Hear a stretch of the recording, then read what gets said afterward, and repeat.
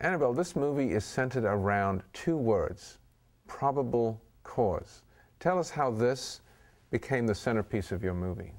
In the summer 2007, the Board of County Supervisors in Prince William County passed a local ordinance mandating the police to check the immigration status of anyone they had probable cause to believe was undocumented. So people who looked undocumented to them, they were required to check their ID.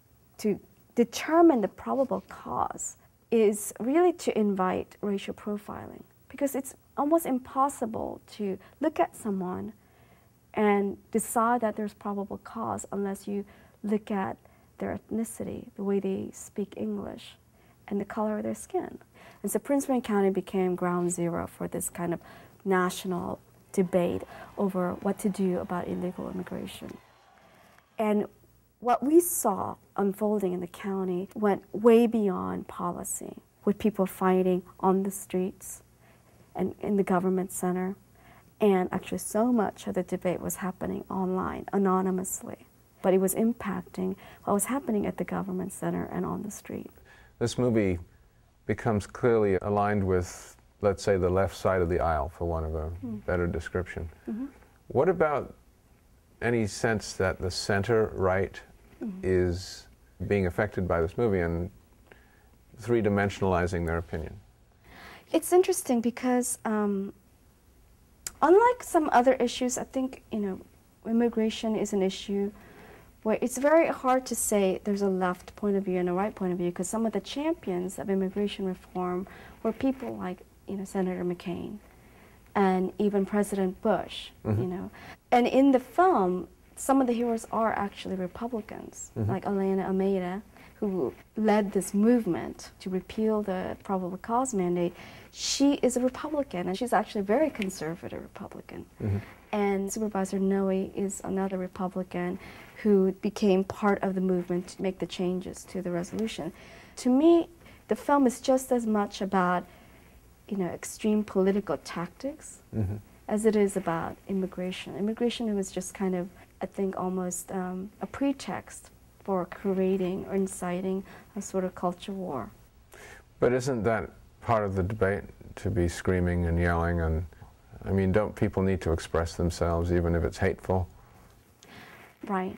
And there's definitely plenty of that. I mean, and we're not trying to exactly restrain that, but it's more like trying to move them to a higher place. So there is actual deliberation taking place, because that's what democracy is supposed to be, to come together and deliberate, and come to a consensus. We do need to counter these extreme tactics. It's not about countering people who want to tackle, the issue of illegal immigration. I think that it is something that we have to do together. We have to meet the challenge of dealing with the enforcement issues and the number of undocumented people here. Those are legitimate issues that we have to tackle. But it's the extreme political tactics that I think we have to stay away from and discourage. There were people who were deliberately spreading misinformation and inciting people to be afraid. And we don't think any good can come out of that, to get people so afraid that you can easily push them into taking very, very drastic actions. Yeah. So I think to counter that fear is just information and truth-telling, and asking people to have understanding and compassion for other points of view. And learn how to speak English. I speak English just fine. You do, but these people don't. I talk English and what? No. I'm sorry, y'all. If you go to school and study and don't get into one of those gangs and you go to college, then I applaud you. What else am I going to do? They're here legally, okay? And they are American citizens. That's great. They speak English. That's great. Parents work very hard. That's great. Okay? Can you give them a chance? I was watching, I think it was a BBC wildlife documentary, where they were filming baby lion cubs. And this snake comes up to the lion cubs. And the nature photographer is capturing this drama. And these cubs their lives are in danger. And he did not intervene. And those cubs, I believe, if memory serves, are killed. And he justified it later, saying, I couldn't interfere in this. This was nature's wheels in motion, and it was not for me to do that. Does that analogy make any sense to you? No, where it does. you're participating as well in the documentary that you're standing back and capturing. I mean, I understand that position.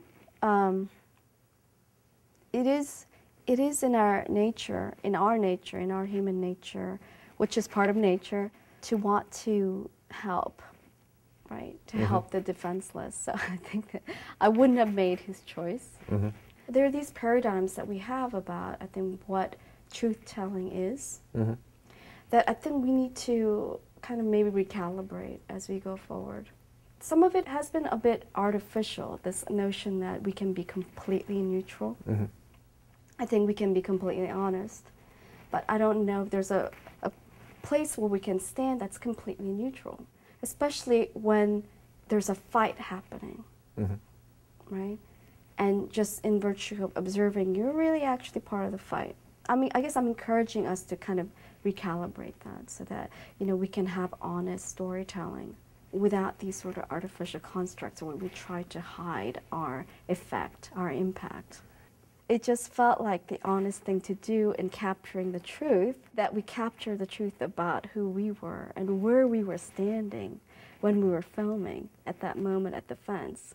You know, Eric, who was holding the camera, included me in it, and it was spontaneous, but I feel like it really does say a lot about who I am and who we are. Yeah. If you had to say this cogently, what would be the take-home of this movie for anybody? They've seen this movie. What do you hope at least they'll take home with them? Well, two things, very simply. One is the immigrants are already integrated into our economy. And our economy really doesn't discriminate between legal and illegal.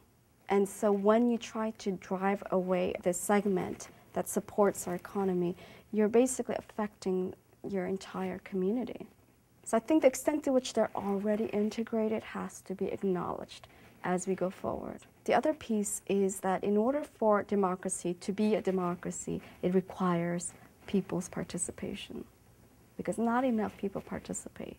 They hardly vote in these elections. People around the world are risking their lives to have democracy in their countries, and we really do take it for granted here.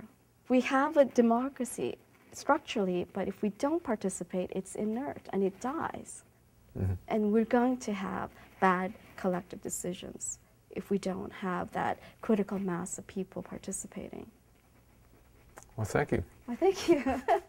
Thank you.